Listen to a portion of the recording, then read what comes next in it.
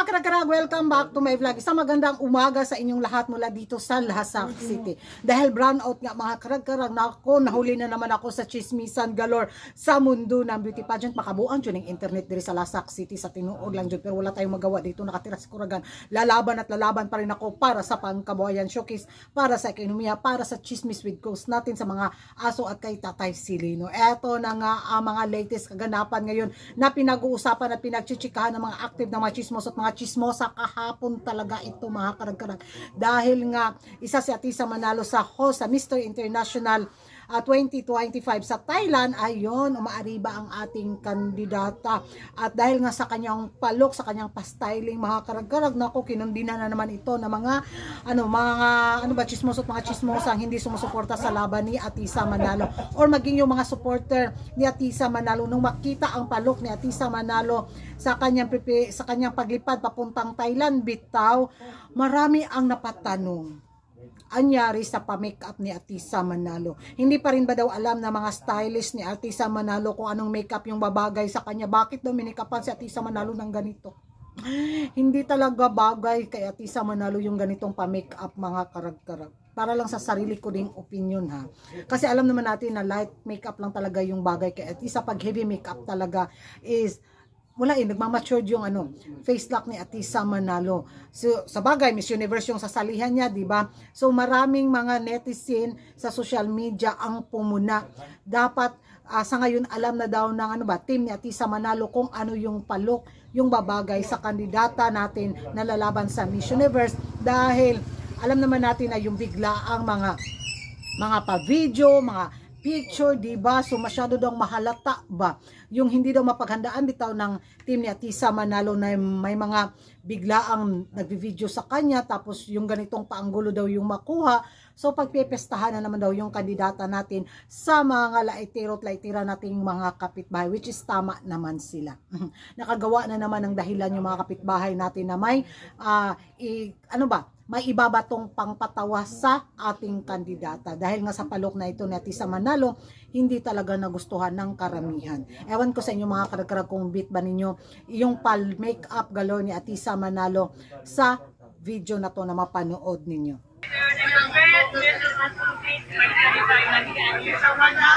Mabuhay! Well, I was invited to go to Mr. International to do a hosting. This is my first international hosting.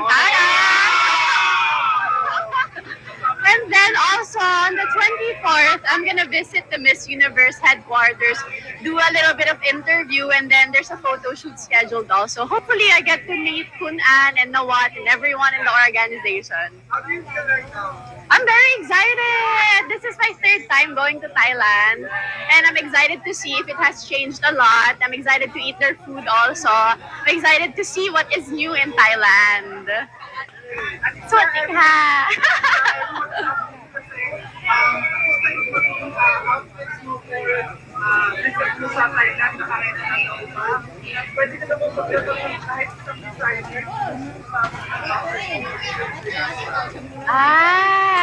alam mo, this is handled by the styling team, and actually there has been a few mishaps along the way, but it always happens, you know, whenever you prepare for something, there would always be things that doesn't go your way, but I'm sure that my styling team has planned it, has already solved whatever it is that we need to do. Yes! Di ako I hope so. I do hope I meet her when I go there. Sana na-arrange. I come home 26. So, mabilis lang. I'm really just there for the hosting and visiting the headquarters. No, not yet. I'm very excited to see. But I created a group chat already amongst all of us.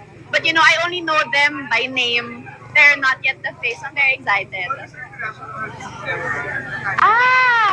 May nakita ko, may nag-repost. Pero, di ko sabihin ko sino.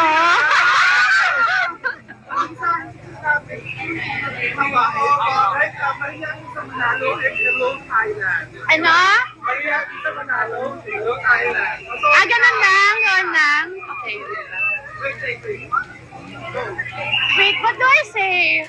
This is Atisa Manalo and Sawadee Ka, Thailand. Okay, go.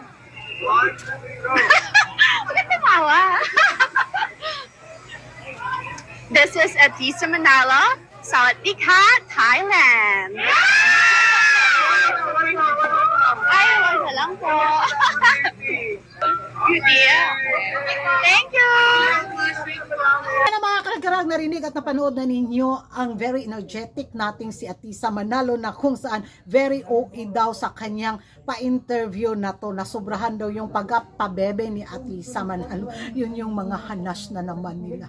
Ay, ewan ko galor. Hindi kasi natin pwedeng persahin yung tao na, ay dapat maging strong yung pagbigkas mo sa mga words. Ganon. Eh, ganon talaga yung boses ni Atisa Manalo. Ano yung magagawa natin? Grabe sila. Diba? Alam nga naman maging boses siya ni Kuragan Karag na talagang pinabundak ba na tototot ng bakba.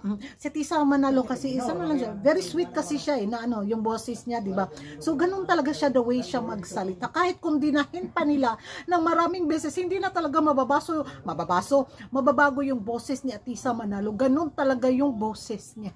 Kahit anong training pang gagawin ni Mama J at ng Team Miss Universe Philippines Organization o yung team ni Atisa Manalo na baguhin yung boses niya, ganun na talaga yun. Yun yung magiging reaction ko mga karag-karag. Alam natin na Miss Universe yung sasalihan niya, tapos na siya sa era ng Miss International at ng Cosmod, pero wag naman nilang ialis yung karapatan ni Atisa Manalo sa kanyang boses dahil yun talaga yung nakasanayan niya na boses. Ewan ko sa inyo mga karkar kung ano yung magiging reaction nyo. Para naman sa akin, ay nako, laban lang. Uy, kahit anong puna pa yung gagawin nila. Alam naman natin na may mga puna talaga na makakatulong sa ating kandidata, diba? At may mga puna din na maghihila pababa sa ating kandidata. Pero alam naman siguro ng team ni Atisa Manalo kung paano balansihin yung mga puna sa social media.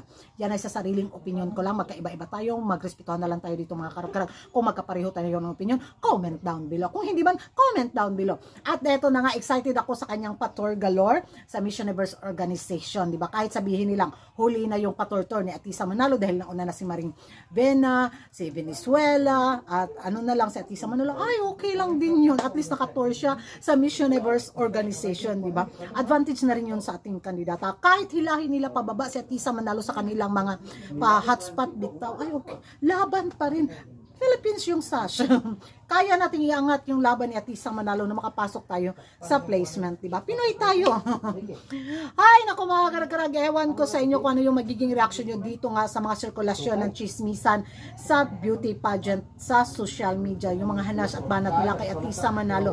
Dapat nga bang bigyan ng importansya ng team ni Atisa Manalo na tutukan yung pagsasalita ni Atisa Manalo at yung kanyang mga palok na ibabandara nila sa social media. Mag-ingay tayo sa comment section at kung hindi ka pa nakapag-subscribe sa YouTube channel ko, don't forget to like and subscribe ko Kuragan Karag and hit the notification bell para updated ko sa mga latest kaganapan at dito ka sa mundo ng beauty pageant. Wadto na ko dito kay mag-upload ko sa akong vlog kay Wajud Corrente diri sa Lasak City. Diha na mo, bye-bye.